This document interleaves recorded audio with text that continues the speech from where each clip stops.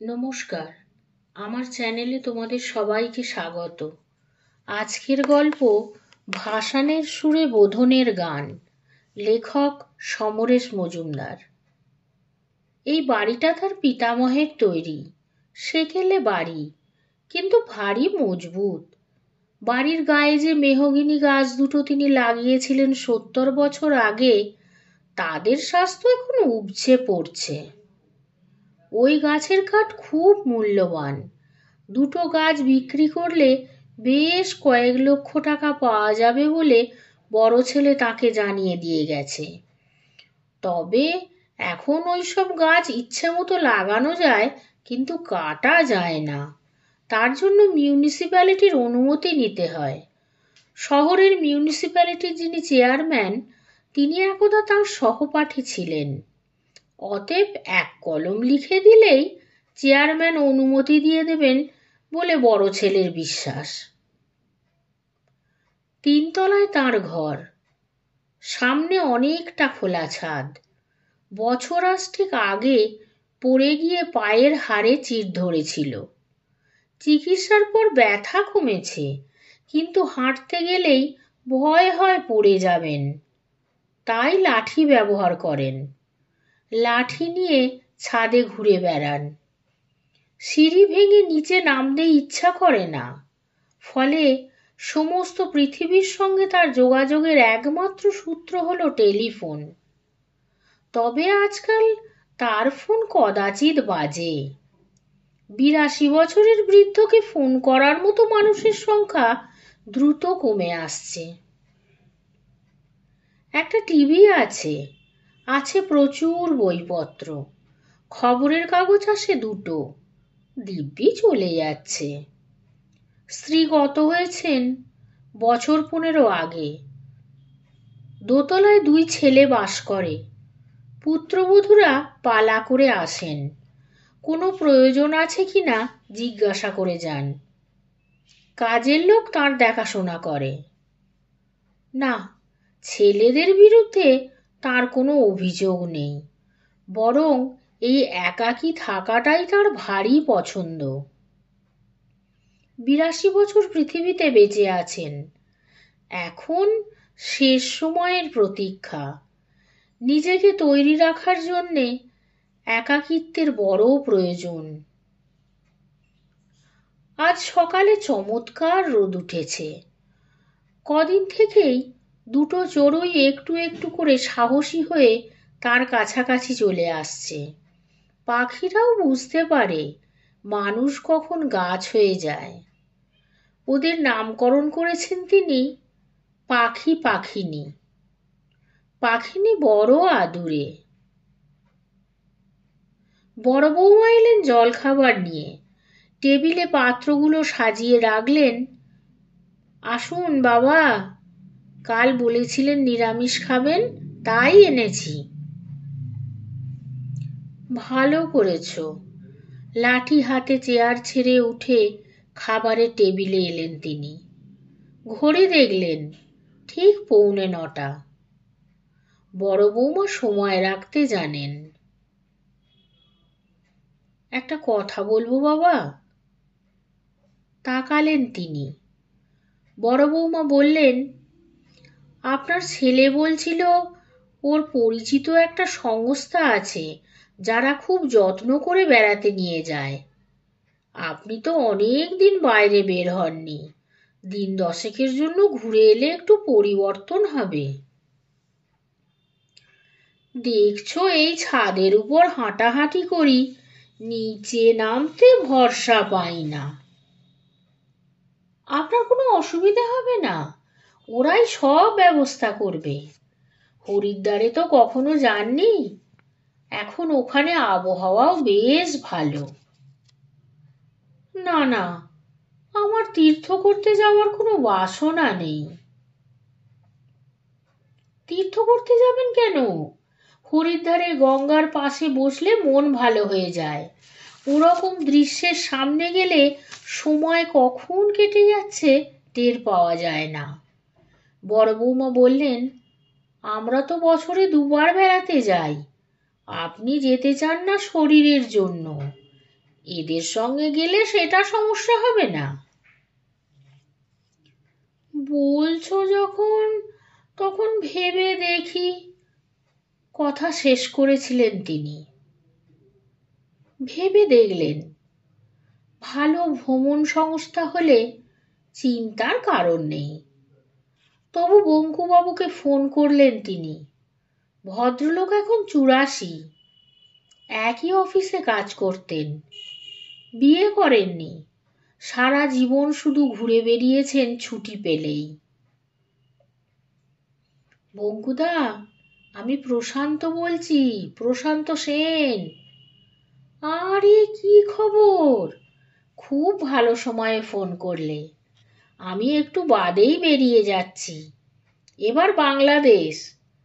সেই কোন কালে চলে এসেছিলাম, এবার গিয়ে দেখব স্মৃতির সঙ্গে মেলে কিনা। তা কি ব্যাপার বলো? বঙ্কুদা জিজ্ঞাসা করেছিলেন। আপনি তো জানেন আমার একটা পায়ে একদম জোর নেই, লাঠি ছাড়া হাঁটা মুশকিল। ছেলে বৌমা বলছে ভ্রমণ সংস্থার সাহায্য নিয়ে একটু বেরিয়ে আসতে। আপনার কোনো ধারণা আছে ওদের সম্পর্কে? জিজ্ঞাসা করলেন তিনি। অবশ্যই আছে, দুটো সংস্থার নাম বলছি, ট্যুর এবং সি অর স্কাই। এদের ওপর চোখ বন্ধ করে নির্ভর করতে পারো, বঙ্কুদা বললেন। যাত্রার দিন স্থির হয়ে গেল। টাকাটা তিনিই দিতে চেয়েছিলেন, কিন্তু ছেলেরা কিছুতেই রাজি হলো না। এর মধ্যে ভ্রমণ সংস্থা থেকে টেলিফোন করে জেনে নিয়েছে তিনি কি কি খাবার অপছন্দ করেন, কোন কোন খাবার পছন্দের, কোন সময়ে খেলে শরীর ঠিক থাকে, একা থাকতে চান না কারোর সঙ্গে রুম শেয়ার করতে আগ্রহী। এসব তথ্য দিয়ে খুশি হলেন তিনি। ওরা যখন আগাম জেনে নিচ্ছে, তখন কোনো সমস্যা না হওয়ারই কথা। সেদিন বিকেলে ছোট ছেলে একটি ভদ্রলোককে নিয়ে এলো।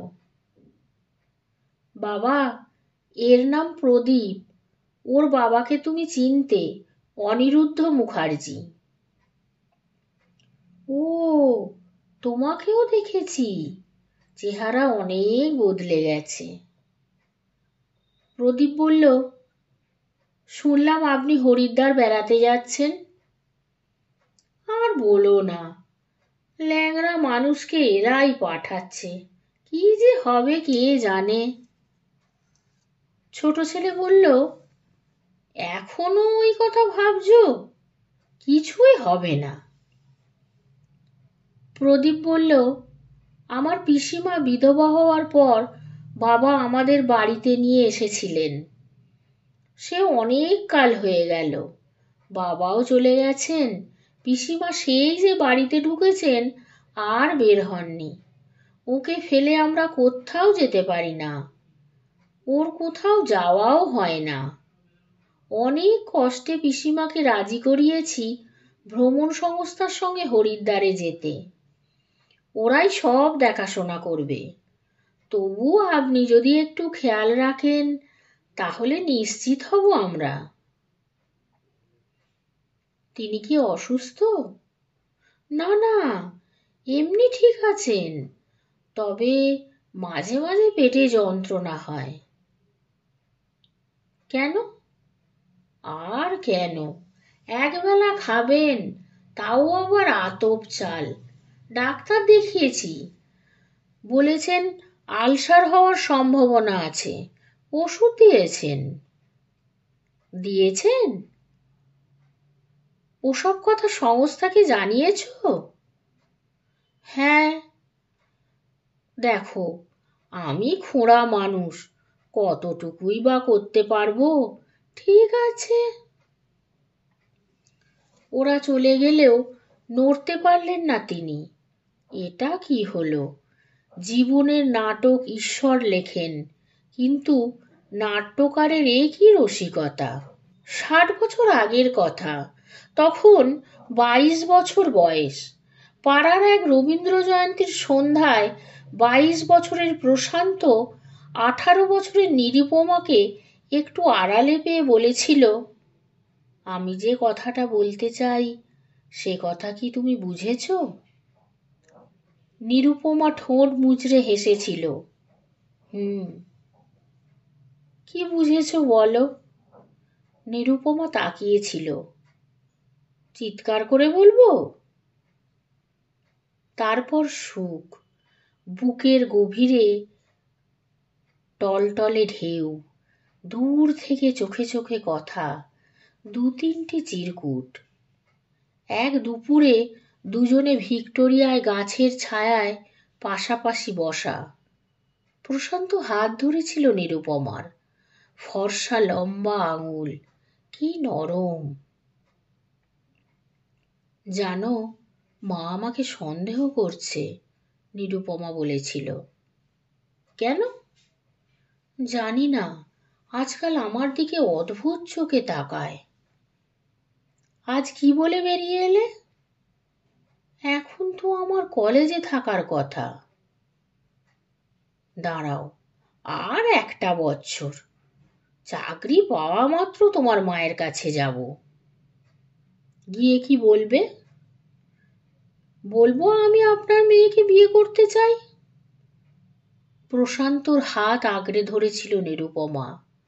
সারা জীবনে ওই একবারই স্পর্শ, অথচ এই বয়সেও সেই স্পর্শটিকে স্পষ্ট অনুভব করলেন তিনি।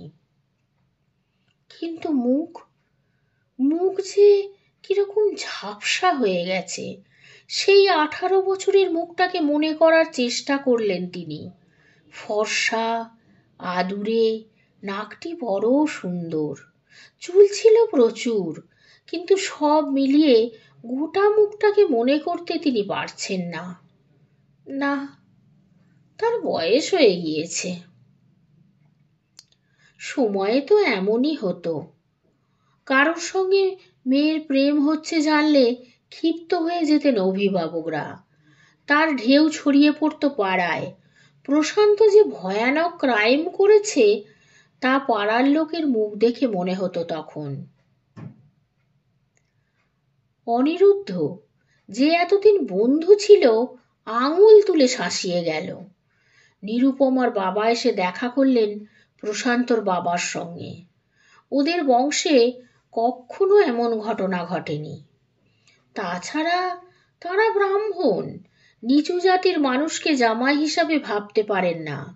অতএব ছেলেকে যেন শাসন করেন।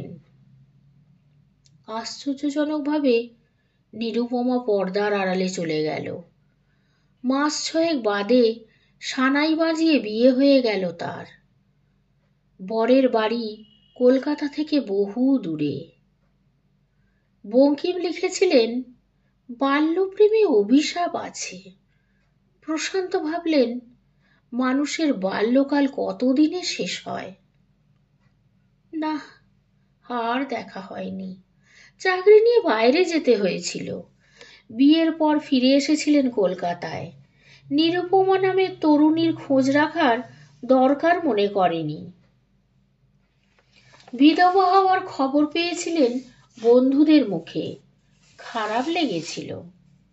বহুকাল বাদে বাড়ির বাইরে এলেন তিনি। ভ্রমণ সংস্থার লোক খুব যত্ন করে তাকে উপর থেকে নামিয়ে গাড়িতে চাপিয়ে নিয়ে এলো স্টেশনের ভেতরে। কামরার সামনে গাড়ি থেকে নেমে একটু হাঁটতে কষ্ট হলো না তার। ওরাই ট্রেনে উঠতে সাহায্য করলো। দুজনের কূপে। বয়স্করা উপরে উঠতে পারবেন না, শোবেন নিচের বাড়তে, তাই এই ব্যবস্থা। জিনিসপত্র গুছিয়ে দিয়ে ছেলেটি বলল, এই রইল বেল, যখনই দরকার হবে বেল বাজাবেন, বাজালেই আমি চলে আসব। এখন কিছু খাবেন দাদু? না না, থ্যাংক ইউ। ছেলেটি চলে গেলে একটি পত্রিকা বের করে চোখ রাখলেন তিনি। জানালা বন্ধ, কারণ কামরা শীততাপ নিয়ন্ত্রিত। কিন্তু পড়া হলো না। ভাবনাটা আবার মাথায় এলো। সকাল থেকে কয়েকবার ভেবেছেন, প্রদীপ যা বলে গিয়েছিল তা যদি সত্যি হয় তাহলে নিরুপমা এই ট্রেনেই হরিদ্বার যাচ্ছে। ভ্রমণ সংস্থা 2টি কামরা রেলের কাছ থেকে নিয়েছে। এই দুটোর কোনো একটাই তার থাকার কথা। দ্বিতীয় কামরাটি শীততাপ নিয়ন্ত্রিত নয়। প্রদীপ যদি পিসির যাওয়ার ব্যাপারে কার্পণ্য করে তাহলে ওখানেই তার জায়গা হয়েছে। এই সময়ে সুটকেস নিয়ে ঢুকলো কুলি। ভ্রমণ সংস্থার ছেলেটির নির্দেশে সিটের নিচে ঢুকিয়ে দিয়ে চলে গেল। ছেলেটি ডাকলো, আসুন দিদিমা, এই বার্থ আপনার, এই রইল বেল, কোনো প্রয়োজন হলেই বেল বাজাবেন, আমি চলে আসব, বসুন। ছেলেটি চলে গেল। একজন অপরিচিত বৃদ্ধাকে তার কুপেতে দেখে বিরক্ত হলেন তিনি। এদের কি কাণ্ডজ্ঞান নেই? মহিলার মাথা ভর্তি পাকা চুল, চশমা, গায়ের রং ময়লা, মুখ গম্ভীর। তিনি বেল বাজাতেই ছেলেটি চলে এলো। বলুন দাদু। অনেকটা পথ, ওর অসুবিধে হতে পারে, কোনো মহিলার কুপেতে ওর ব্যবস্থা করতে পারবে না? না হলে আমাকে কোনো ছেলের সঙ্গে দাও, গম্ভীর গলায় বললেন তিনি। আপনাদের অসুবিধে হবে? দেখুন কাণ্ড, যারা আপনাদের টাকা দিতে এসেছিলেন তারা অনুরোধ করেছিলেন একসঙ্গে ব্যবস্থা করতে। আচ্ছা দেখি। বৃদ্ধা জিজ্ঞাসা করলেন ছেলেটিকে। প্রদীপ কেন বলেছে জানি না, ওর মনে হচ্ছে অসুবিধে হবে। দেখুন যদি অন্য ব্যবস্থা করতে পারেন। প্রদীপ? প্রদীপ মানে? আমার ভাইপো। স্থির হয়ে গেলেন তিনি। শেষ পর্যন্ত ছেলেটিকে বললেন, থাক, তুমি যেতে পারো, আমার কোনো অসুবিধে হবে না। ছেলেটি চলে গেলে তিনি হাসলেন। তোমাকে চিনতে পারেনি নিরুপমা? চমকে উঠলেন নিরুপমা। তুমি? হ্যাঁ, মাথা নাড়লেন তিনি। এই কি চেহারা হয়েছে তোমার? কেন, আমি তো ঠিকই আছি। তিনি বললেন, তুমি একদম বদলে গেছো। কথাটায় আমল দিলেন না নিরুপমা। প্রদীপ জানে আপনি হরিদ্বারে যাচ্ছেন? কি আশ্চর্য, সে তো একবারও আমাকে এই কথা বলেনি। তিনি শুনলেন, নিরুপমা প্রথমে তুমি বলেছিলেন, এবার আপনি। বললে কি তুমি আসতে না? এবার হাসলেন নিরুপমা। অদ্ভুত। কিরকম? 60 বছর আগে সম্পর্ক হচ্ছে জেনে ওদের মাথায় বাজ পড়েছিল। তাড়াতাড়ি পাত্র খুঁজে বিয়ে দিয়ে তবে স্বস্তি পেয়েছিলেন ওরা। অথচ 60 বছর পরে ওই বাড়ির ছেলে জেনে শুনে একসঙ্গে হরিদ্বারে বেড়াতে পাঠাচ্ছে। এর চেয়ে অদ্ভুত ব্যাপার আর কি হতে পারে? নিরুপমার কথা শেষ হতেই ট্রেন ছাড়ল। তুমি কেমন আছো নিরুপমা? একজন বাঙালি বিধবা, যার কোনো সন্তান নেই, যেমন থাকে তেমনি আছি, গম্ভীর মুখে বললেন নিরুপমা। তিনি উঠলেন। ছেলেটা যে বেল বাজাবার কথা বলে গিয়েছিল তা ভুলে গিয়ে লাঠি টেনে নিয়ে দাঁড়াবার চেষ্টা করতেই ট্রেনের ঝাঁকুনিতে টলমল হলেন। নিরুপমা দ্রুত ধরে ফেললেন তাকে। এ কি, তোমার পায়ে কি হয়েছে? ভেঙেছিল, বুড়ো হাড় ঠিকঠাক জোর মেনে নেয়নি। কোথাও যাবে? টয়লেটে। দাঁড়াও, ওই ছেলেটিকে ডাকি। নিরুপমা বেল টিপলেন। তিনি বললেন, ট্রেনটা দুলছে বলে প্লেন জায়গায় হাঁটতে অসুবিধে হয় না। ছেলেটি ছুটে এলো। বলুন দাদু। একটু টয়লেটে যাব। আসুন। হাত বাড়িয়ে তাকে ধরে ধীরে ধীরে বের করে নিয়ে গেল ছেলেটি। তিনি ফিরে এসে দেখলেন এর মধ্যে সংসার গুছিয়ে ফেলেছে নিরুপমা। ভ্রমণ সংস্থার দেওয়া শোয়ার সরঞ্জাম সাজিয়েছে দুটি বার্থে। নিরুপমা জিজ্ঞাসা করল, কখন খাবে জিজ্ঞাসা করতে এসেছিল? ওদের তো সময় দেওয়া আছে, এই বলে তিনি বিছানায় গেলেন। তাকে ভালো করে দেখলেন নিরুপমা। আর কি কি বাদিয়েছ? তেমন কিছু না, হৃদয় এখনো অটুট আছে। চশমার পাওয়ার মনে হচ্ছে বেশ। ও হ্যাঁ, ছানি কাটিয়েছি, তবুও। Blood sugar? বোধহয় নেই। বোধহয় কেন? ছানি কাটাবার আগে পরীক্ষা করাওনি? সে তো অনেক বছর আগের কথা। তোমার কথা বলো। আমি? জমেও ছোবে না। পেটে তো আলসার বাঁধিয়েছ, ওষুধ এনেছ তো? অবাক হয়ে গেলেন নিরুপমা। তুমি কি করে জানলে?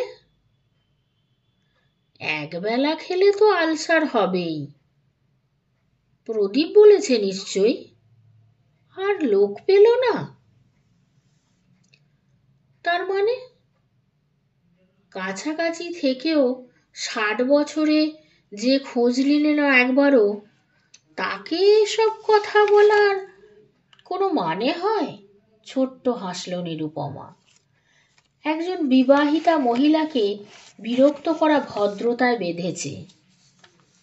তারপরে আমার ঘরে যে এসেছিল তাকে অসম্মান করা হতো।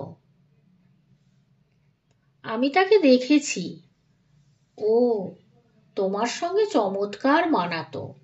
কয়েকবার দেখেছি। নিরুপমা বললেন, যেদিন শুনলাম উনি চলে গেছেন সেদিন খুব খারাপ লেগেছিল। তার মানে তুমি আমার খবর রাখতে?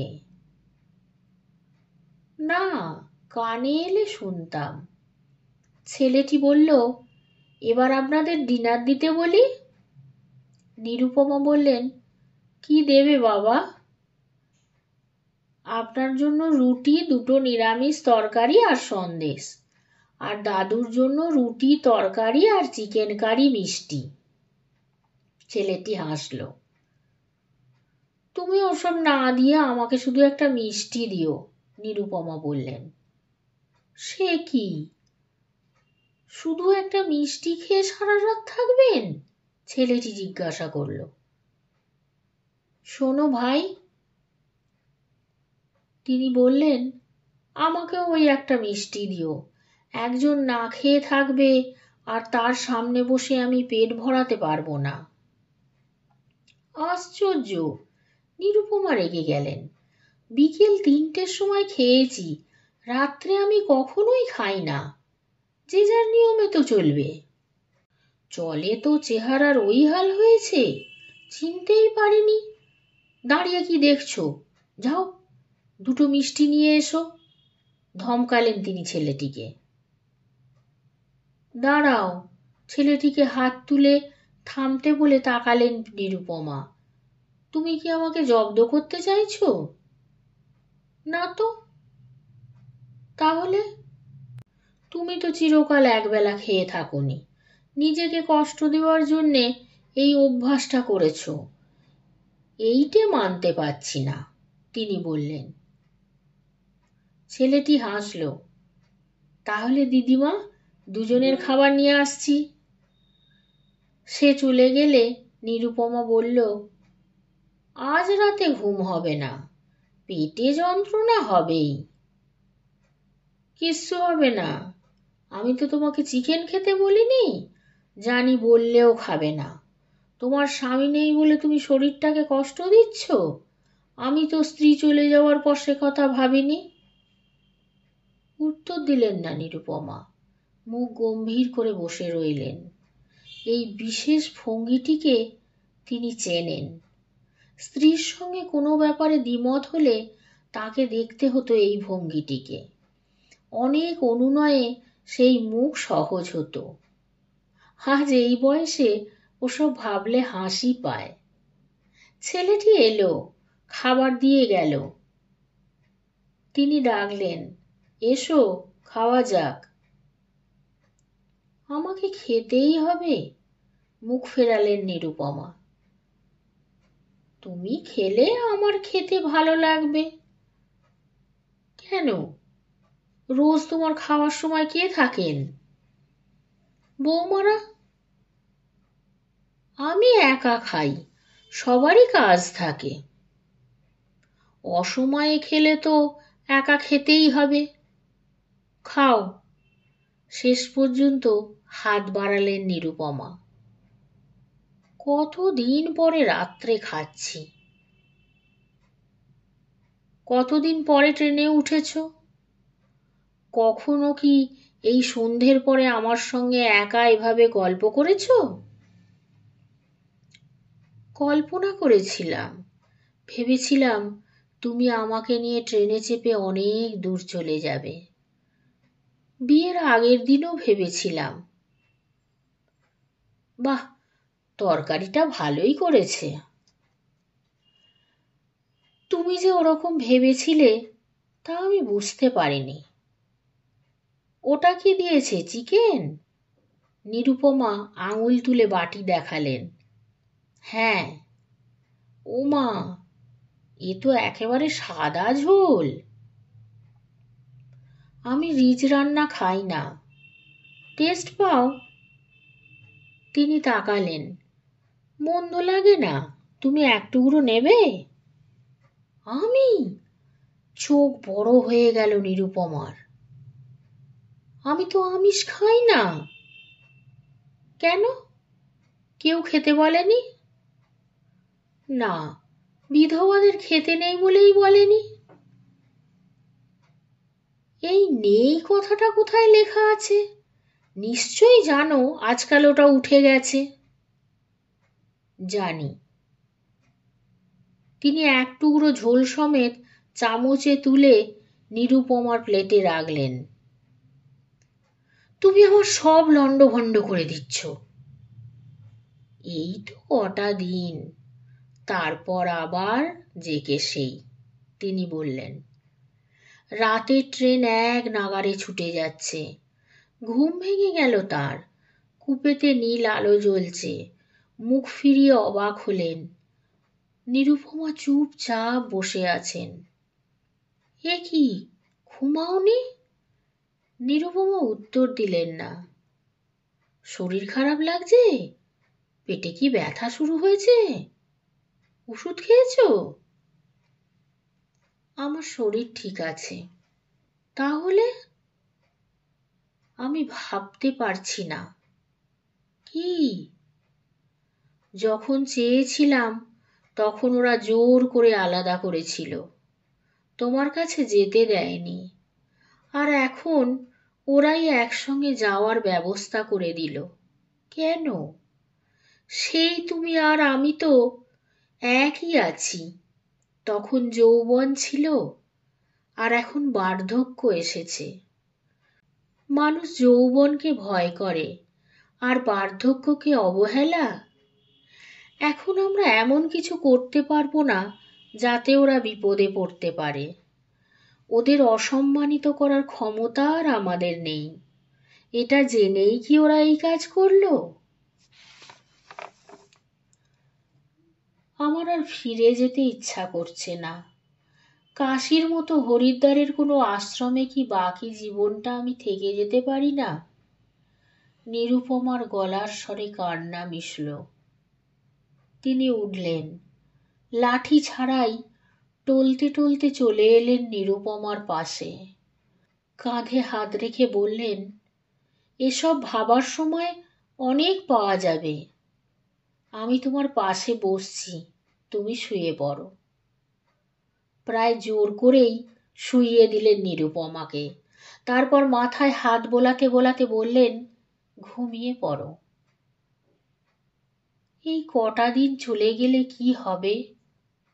নিরুপমা ফিসফিস করে বলল। তিনি কোনো উত্তর দিলেন না। কপালে হাত বুলোতে বুলোতে একসময় বুঝলেন নিরুপমা জেগেই আছেন। তার হাত ব্যথা করছিল। হাত সরাতে নিরুপমা বললেন, যাও শুয়ে পড়ো। লাঠিটা দূরে পড়ে আছে। আসার সময় মনে হয়নি, নিজের জায়গায় ফিরে যাওয়ার সময় খুব ভয় হলো। লাঠি ছাড়া ফিরবেন কি করে? আজকের গল্পটি এখানেই শেষ হলো। তোমরা সবাই আমার চ্যানেলকে লাইক, শেয়ার ও সাবস্ক্রাইব করবে। ধন্যবাদ।